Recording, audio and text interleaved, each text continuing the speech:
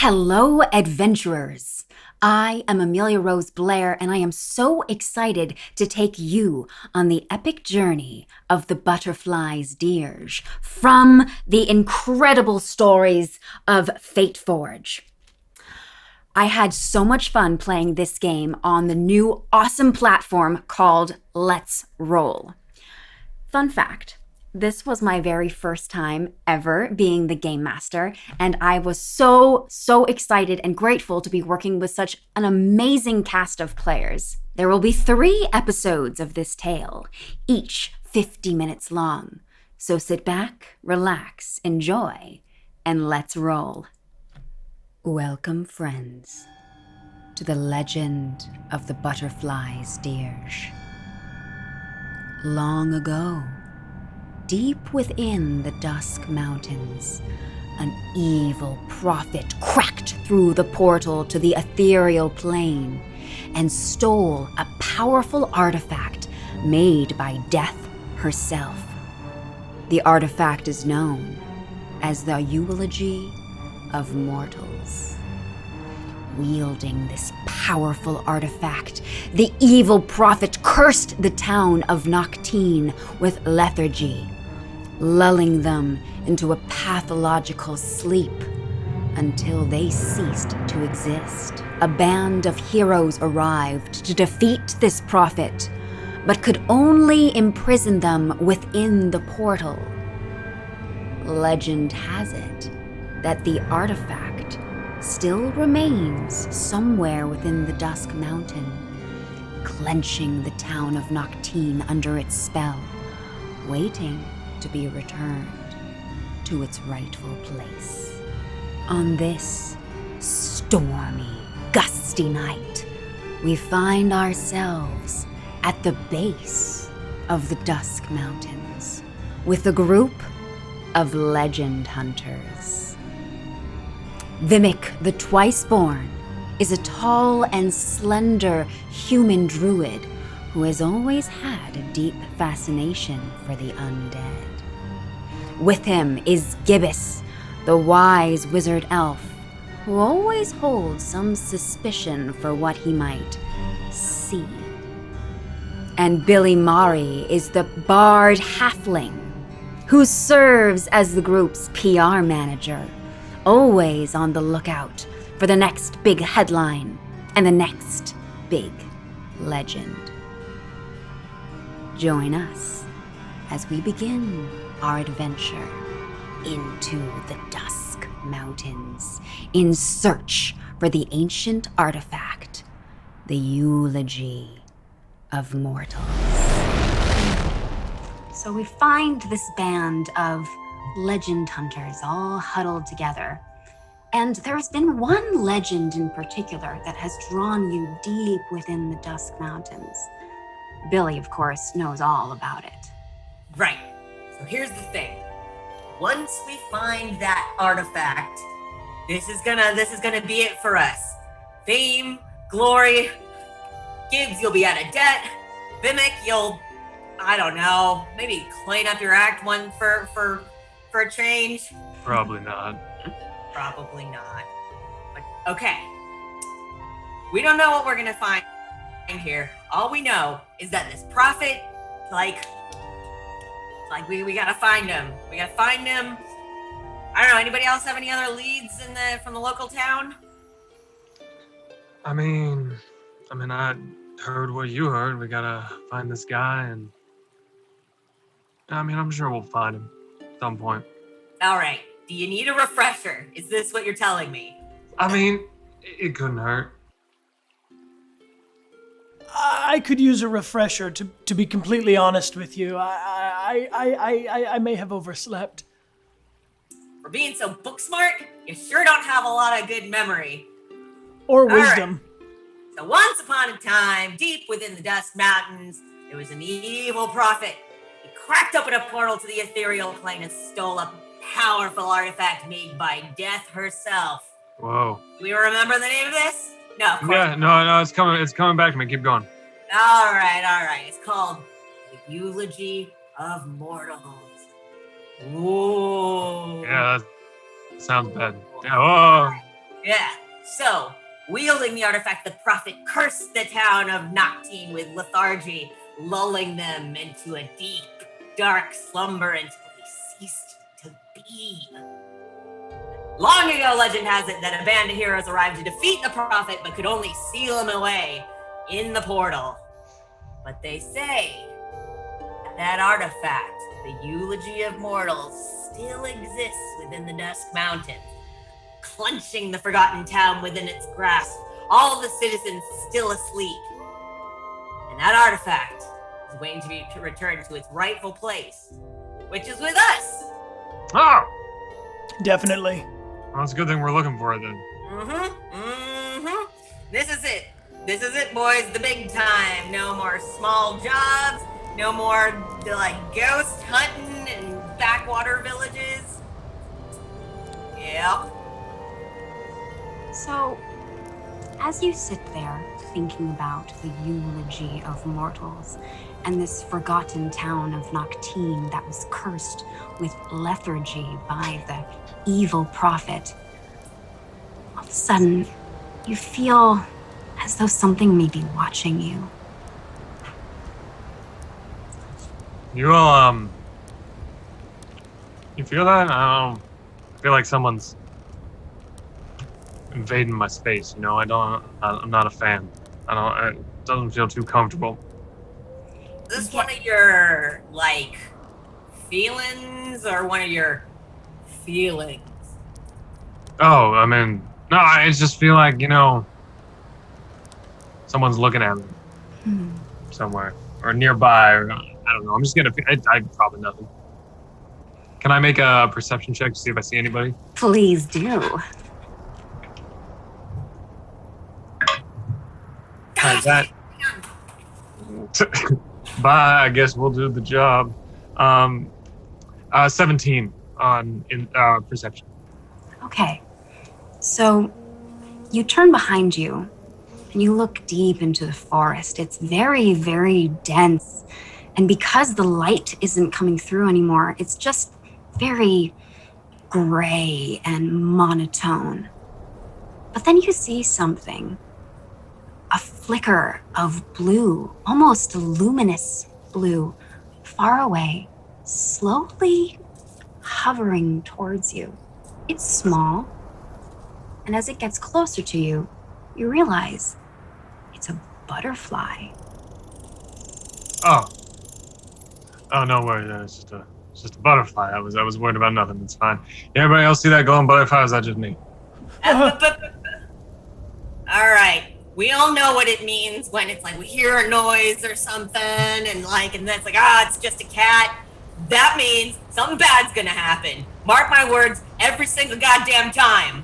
That's a butterfly. What a butterfly can do? It's not a usual butterfly, though. Do I see it? I'm sure it's fine. Okay. You want to roll a perception check to see if you see it? Okay, let's see. It's over there.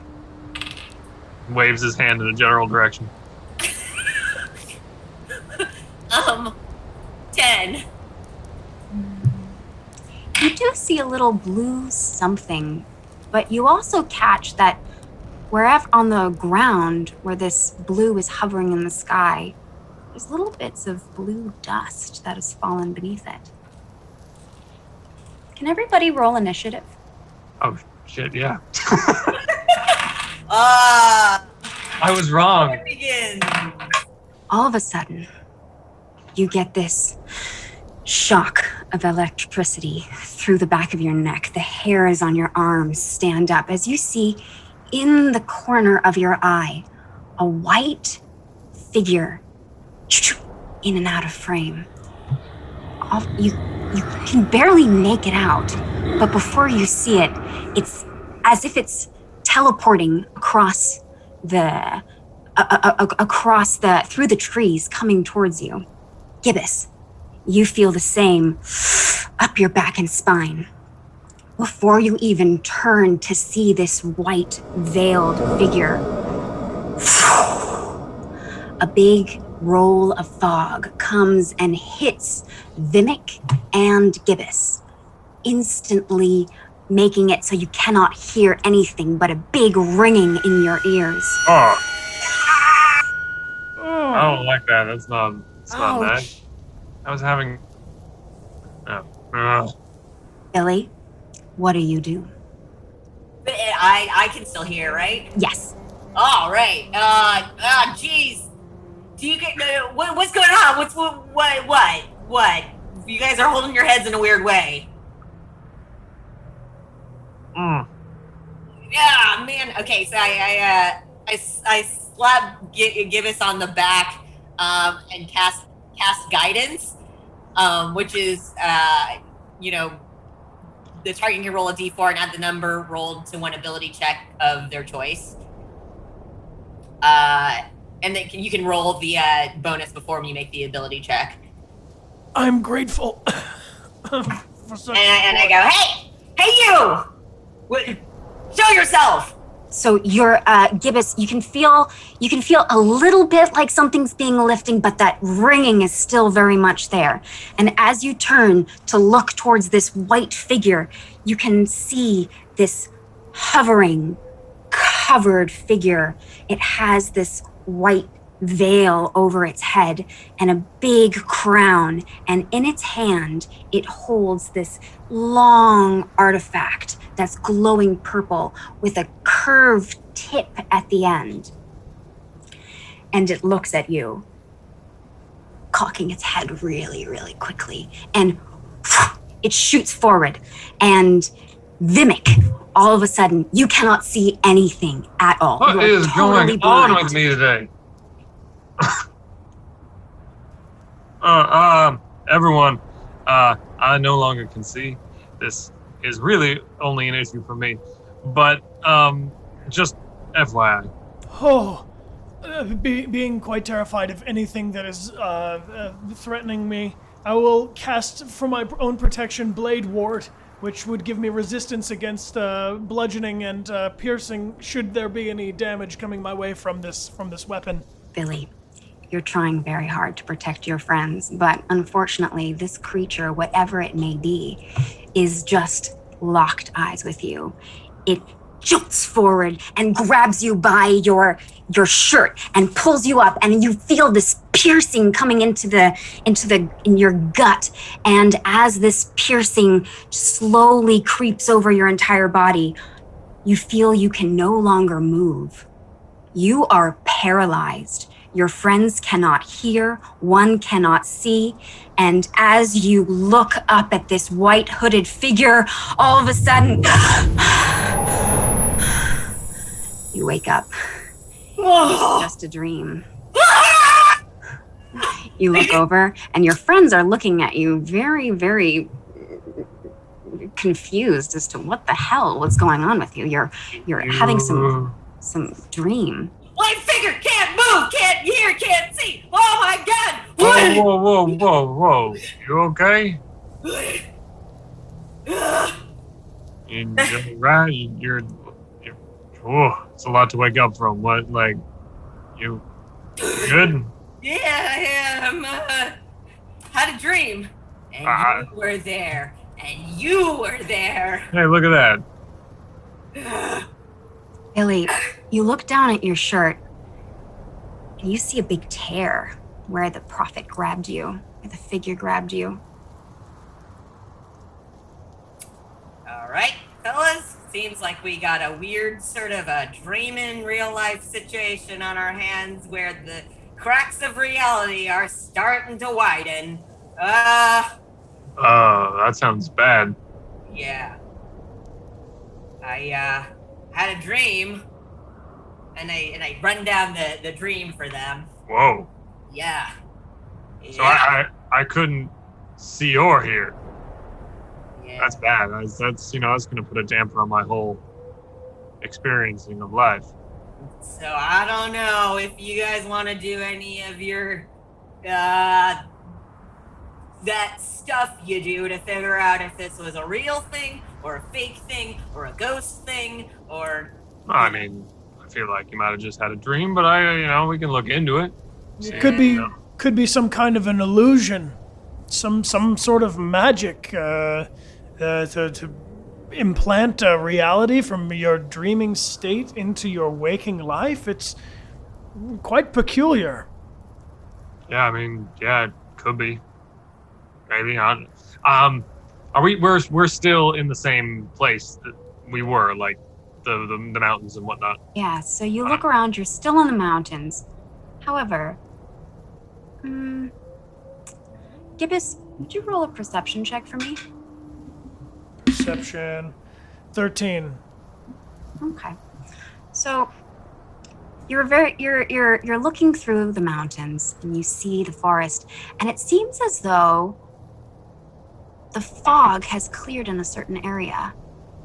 And now, as almost as if something has revealed itself to you, you see in the distance a bridge leading to a town. Is this the forgotten town of Noctine? Does anybody else see that bridge way out there? Where? Just there, where the fog is lifting. Oh yeah, I see that. There it is. Perhaps we ought to explore down into that town. Yeah, it looks like where we're supposed to. I mean, that would make sense. We're going that way. There's a bridge, there's a town. It seems like where we go, right? That makes sense to me. That seems a logical step. Let's see what this town has in store for us. So you come to a river, and over the river is this really rickety looking little bridge. What do you do? Seems safe to you? I mean, it's it's a bridge. It seems like if the town had to get across that river, they would have built a bridge, and that seems like what yeah. Seems like entrance to a town. It's a sleepy little town. If it's a sleeping town, it hasn't been accessed for a long time, so maybe the bridge is, compromised. I mean, we can check it out. I don't see why. Like, If you don't mind, caution. I'd like to investigate this bridge for our safety collectively. I'll potter up to the edge of this bridge and investigate what is it made of. It looks to be stone, but I can never be too sure until I take some readings. I would like to do an investigation check on this bridge and discover if there's anything abnormal about it that I might be able to decipher.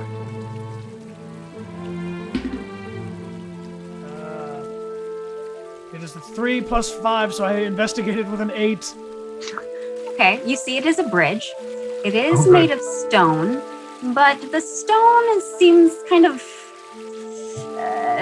not super sturdy, but maybe if you stick to the middle of it, that might be the most secure way across. All right, friends, you know me. I'm a middle-of-the-road kind of guy. I think we could probably make it across if we stick to the center of this, but the edges are looking worse for wear and beginning to deteriorate.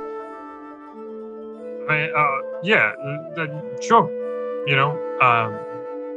If that's what you think is best, I defer to your judgment in this situation. Especially you, big man. I need you right in the middle of this thing.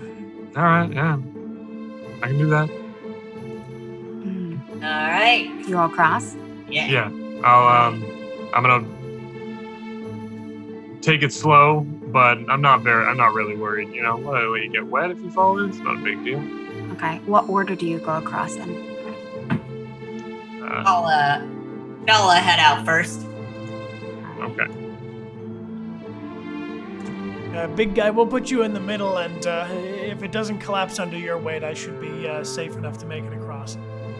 Yeah, I'm sure you'll be fine.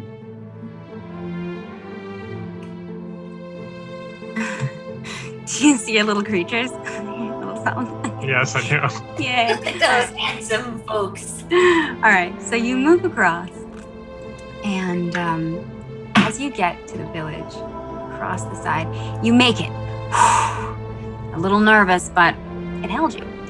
So, as you get across, the feeling of being watched just is palpable. You can't hear anything except for crickets and the sound of the water, but there is something most definitely watching you.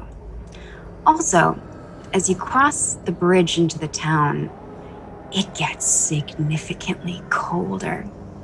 And little bits of snow start to fall, but unlike regular snow that falls down, this snow seems to almost hover in the air and then almost move upward and downward as if it's stuck in some kind of limbo.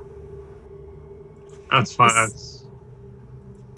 I'm The gonna like. sky turns red. Oh. Okay, look, I was trying to, not be worried about this whole situation because, why look too deep into things? But sky's red. Yeah, Snow. that's going to be a problem for us. And historically speaking, each time we've encountered a red sky, it has not ended well. No, but just like everything together is starting to give me a bad feeling. I was like, let a couple things go, but now I'm getting the heebie-jeebies. Vimic, just as you give voice to your inner dread, you feel a hand on your shoulder. You feel very comfortable, but a little nervous. You turn around, expecting to see Gibbous, perhaps, because he was behind you. Yeah. But instead, you just see a butterfly. The same blue butterfly that you saw in your vision before. Hello? And this butterfly starts to head up the river. That's the one! That's the one! The danger butterfly. Wait, why is it a danger butterfly? Remember in my dream, there's a blue one, and you're like, oh, what is it? Oh, it's just a butterfly. And then I was like, every time it's like just some sort of animal or insect or innocuous thing. Like right afterwards, something bad happens. So You did say that, Billy. So we follow it? Yeah. I mean, it tapped me on the shoulder and then went that way. Yeah, How did it tap you on the shoulder? I don't know. I just felt a hand on my shoulder. I turned around. There was a butterfly. What other could? I'm just adding two things together here. I get the feeling that either we follow this butterfly or this butterfly will follow us. I don't want to be followed by a butterfly the rest of my life. All right. I say we follow it then. Okay. Good. We got a plan. That's good. Simple plan, straightforward. It helps. You start to follow the butterfly up the river. And as you follow it, Vimic, you can hear almost as if you hear the sound of a child, a little girl, crying. Oh. Hold on. Someone's sad. I'm always sad. Are you okay? Do you want to talk about it? No, I'm not sad. I know someone. You're sometimes reluctant to share your emotions, but I think it's very healthy to normalize that sort of thing in our group. Look, I'm generally okay right now. I'm a little, this town's weird, but no, I'm not sad. I hear like a little girl crying somewhere nearby. Do I hear it? Do we hear it? Why don't you roll a perception check? In my head. 10. Don't hear it. But you do feel like somebody is watching you. So the butterfly floats up the river and it comes to a big mill. You find this, I'll use this other thing. You find at the edge of the water, this old mill. And the water is turning through the old mill, but it's kind of dilapidated and it looks worse for wear. Oh, hey, that's kind of pretty in like an old, like rundown kind of way. Yeah, quaint. Yeah, it's like a nice, it's a lot of. Oh, hello! Look at that. It could use some, there's holes in the roof. It could use some repairing. But a bit of a fixer-upper. Yeah. Do I still hear the girl crying? Yeah, it sounds as if the crying is coming from within the mill. Okay, I start heading towards that way. Hello. Little girl. Oh, she's in there? I don't you know think my thoughts on kids. Yeah, I know, but it's a kid. You gotta. If she's in trouble, I mean, They're just hello, little girl. I hear you crying. Are you okay? Outside of the mill are these old gnarled apple trees. So do you walk up to the front door of the mill? Yeah, I do. Okay. So you come in, you're at the ground floor, and the ground creaks as you walk on it. It feels very unsteady. But there's no stairs. It's just this one big empty room. Feels like it's been taken care of, but there's a smell of tobacco. And you can see through a window the old mill rotting, still moving pretty consistently. Okay. I knock on the door frame, and I go, hello? Hello? Is anyone here? Alright, this is how it always starts. There's always... Yeah, no, Gibbs, remember that time that there was that banshee and it was like, it's like, oh no, it's only a cat. Oh man, like I had this vision and then you were like, hello, is anybody in there? Yeah, every goddamn time. And then Horace died.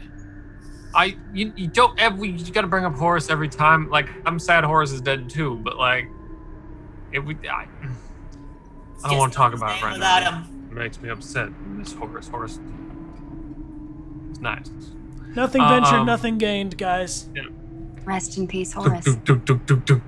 Hello? You don't hear anything. All right, I'll take a step inside. As you step inside, it's very, very dusty. Can't really see that well. Yeah, it's definitely dusty in here. Well, Seems normal. I don't see a little girl. I mean, I hear her. I don't see her. Is it just the one room, or is there any offshoot rooms? Well, from where you walked in on the ground floor, there's only one room, but you could tell from the outside that it is much taller than just the one floor. Of course it is. Is it dark in here, or is it? Yeah, so it is dark. All you can see is a little bit of light shining through the window. You can see the dust just dancing through the air. Okay, I'm gonna go ahead and pull out. I pull out this.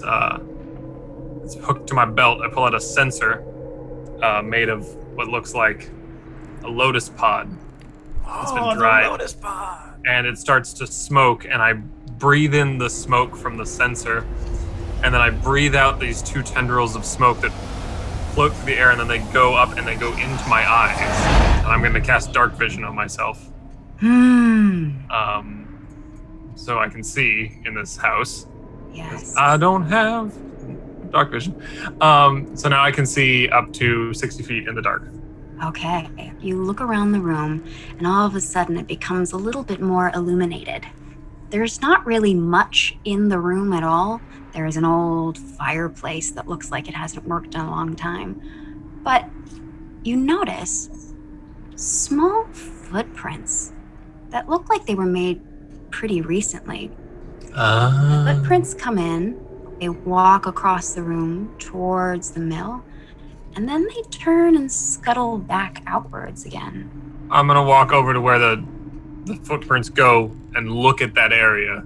So you see the footprints continue to move, and they start to wrap around the outside of the mill, and they lead you to this little rickety spiral staircase. You can see the little footsteps going up the spiral staircase. Now, Billy, you don't weigh a lot, right? You want to go up that staircase? It seems like might not hold weight. Send the halfling up to do it. I'm just saying, it just makes sense. I'm big, you're little. Go up the thing. I see how it is. All right. I don't want to get into this whole thing again. I don't. All right. So Billy starts grumbling and ascending and. So you get up to the second floor. Yeah. Okay. When you get up, you can see, you peer inside, you see what looks to be like a pretty nice living room and kitchen. Oh, this is nice. This could be a bit of a fixer-upper. She has a kitchen up here, some living space. Anything else? Do you want to do an investigation check? Yes. I'm gonna start like testing steps on the staircase, 15. slowly 18? trying to make my way up. Okay. So you look around and everything is made of wood. A lot of the wood is starting to rot and mold, but it also has this really homey feeling to it. There's a smell of tobacco that permeates throughout the space. You can see the kitchen that has a lot of space for a family, perhaps of 3. There's 3 chairs at the table, and then there's also 3 doors leading to other rooms.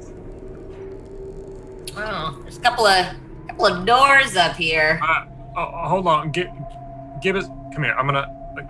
If you can go. I think you could also go. I'm just heavy and I'm worried about the staircase. Maybe you go up next. I'm gonna go back down the staircase a little bit and like test and be like and see how does it feel kind of sturdy enough. It definitely creaks. It makes a lot of sound. It doesn't inspire too much confidence. Okay, all right. Look, I sit there and I kind of close my eyes and I grab hold of my sensor and I kind of shrink down into a toad. And I just flip up the stairs.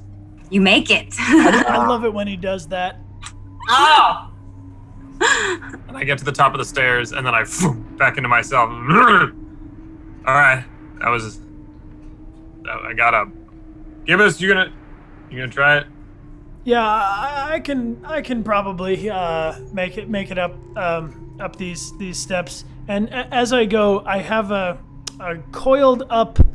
It looks like a tape that I bring with me, like a measuring tape, and each step that I go up, I measure to make sure that it is of adequate thickness, and I test it with my hand to make sure, because a fall from any height would probably do me some mortal wounding, given my incredibly low HP.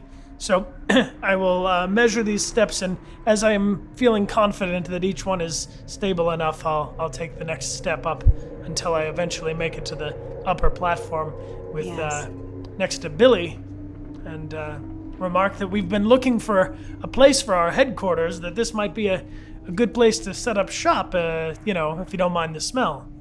Yeah, I mean, it feels very comfortable in this space. There's something very homey about it. Be nice. Could be nice. I always get Good to weirdly keep clammy every time I turn into a toad. I don't like it. It's just like I have this like film on my body, and I really ugh. And I produce from my pocket, I have a silken what do you call it? A handkerchief, a silken handkerchief that I use to sort of dab off the gooier parts of Vimic. Thanks. You're probably not gonna want to put that back in your pocket. I put it back in my pocket. Okay. So you're in the living room, and you see this big table that looks like it has had many family meals there, and there's one big chair, and then there's 2 smaller chairs pulled up underneath. And it's a well-furnished space. It feels like it's been taken care of, even though the building itself has been falling apart. And then there's 3 rooms that lead off the living room. Hey, what's behind door number 1? Listen at it real quick. Door number 1. Yeah. So you peek your head into this room, and it looks like a little child's room. You see... Oh, don't like that! I poke my head back out. Whoa. Hold on. Not going in there. I'll stick my head in. I look in the room and I peer my head around. I see this child's drawing of what looks like a knight with, plate armor, big old helmet with a big red plume coming out of the top of it, surrounded by butterflies in like a nice, happy, colorful blue background. raising their sword up against what looks like a figure in all white with a very black, scraggly background and what looks like a scepter with a glowing purple tip in it, and just like in the dream. It's the dream. It's the dream. that Remember the figure, the white figure, with the purple thing. yeah, that does seem like too much of a Butterflies. coincidence for it not to be part of your dream. Oh, kids and their creepy drawings. I don't like it. Gibbous, what are you doing right now? Are you peeking into the room, or are you? I'm just. I agree. So while you're It's right. freaking out, while you freak out in the living room, all of a sudden you feel a little hand grab your hand. Who does? Which one? Gibbous. I look to see if this feeling of a little hand touching my hand is my own hand or some other little hand from another little thing. And I'm feeling very uncomfortable that I might spy a little hand connected to a smaller human, or worse. So you don't see anything behind you, but you look at your hand and there's this blue powdered dust on your hand. Try to blow this blue powder dust off of my hand. Does it leave me, or is it sticking to me? It's pretty hard to get it off. Oh, I take the gooey rag from my pocket and I try to wipe it down and show my friends that I am covered in some horrible sparkly blue. Not the one from my normal complexion, but far sparklier and much more blue. Look! Oh, wow. Look at this! I felt We can see her. I felt a little hand touch me, and now I have blue hands, bluer than before. That looks like the dust that was coming off that butterfly, right? Am I crazy? No, that is absolutely correct. So wait, so are the butterflies like the souls of these people, or? I'm just gonna go out on a limb here. Drew a joke, sorry. And say that the butterflies in the child's painting were with what looked to be the good guy, or good whatever it was. And so maybe the butterfly's good, and the thing with the whole white with the staff and the scare is bad, which would, I don't want to stereotype anybody, but that's generally how it seems to work out. So butterfly is good by account of child pictograph in bedroom. Well, this does check out. I would like to try to do some sort of a test of this powder which is on my hand. I would investigate it by taking a small vial out of a pocket. I have a series of pockets inside of my robe, and of course there are different size vials with different color liquids inside, and there's this one with a silvery kind of liquid, and I can put some of the blue powder flecks in there and shake it, and if I shake it and determine that it is through my investigation, I can perhaps notice if it is soluble in water. And if it's soluble in water, it is known to be more likely than not good. Will you do an Arcana check for me? I will do an Arcana check. I get +2. 19 plus 2, 21. All right.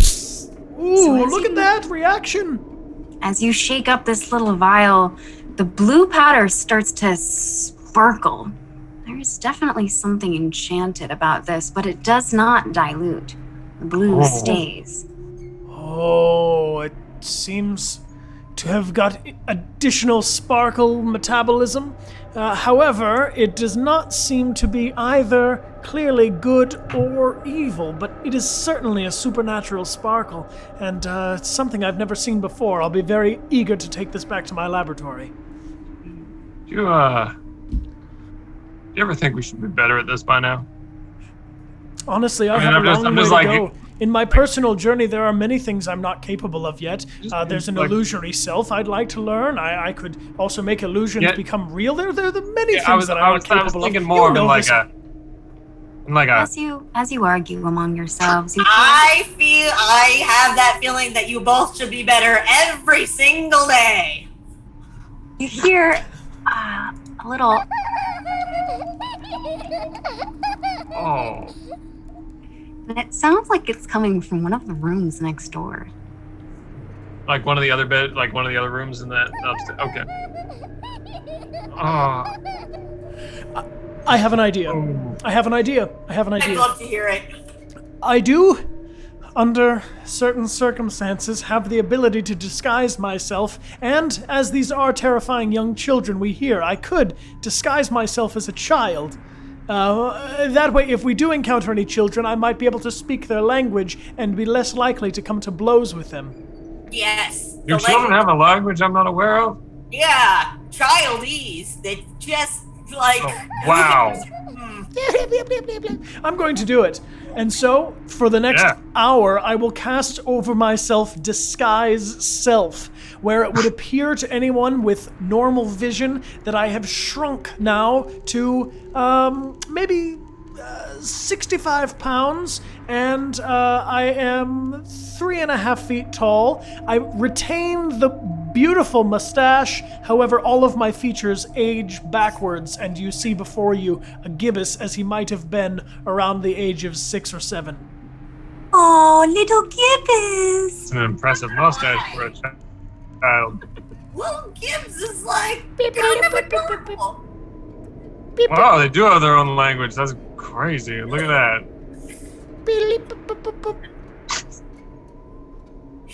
Guys, should I go in there? Yeah, go do your thing. I mean, If you ever need to pretend that we are an adult, maybe Billy and I could stand on each other's shoulders.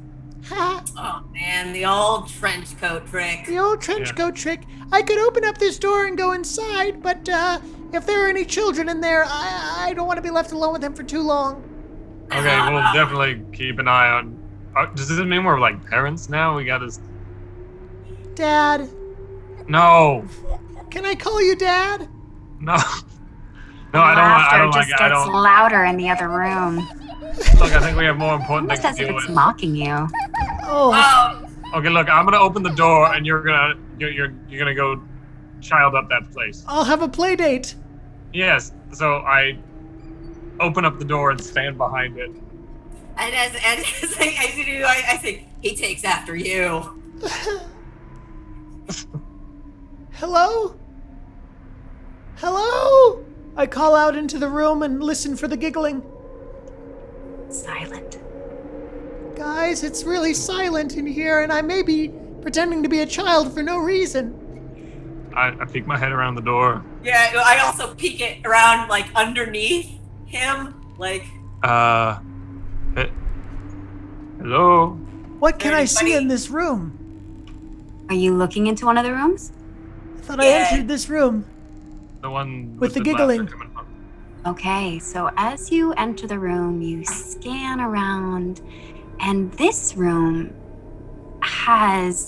it's much bigger than the other one.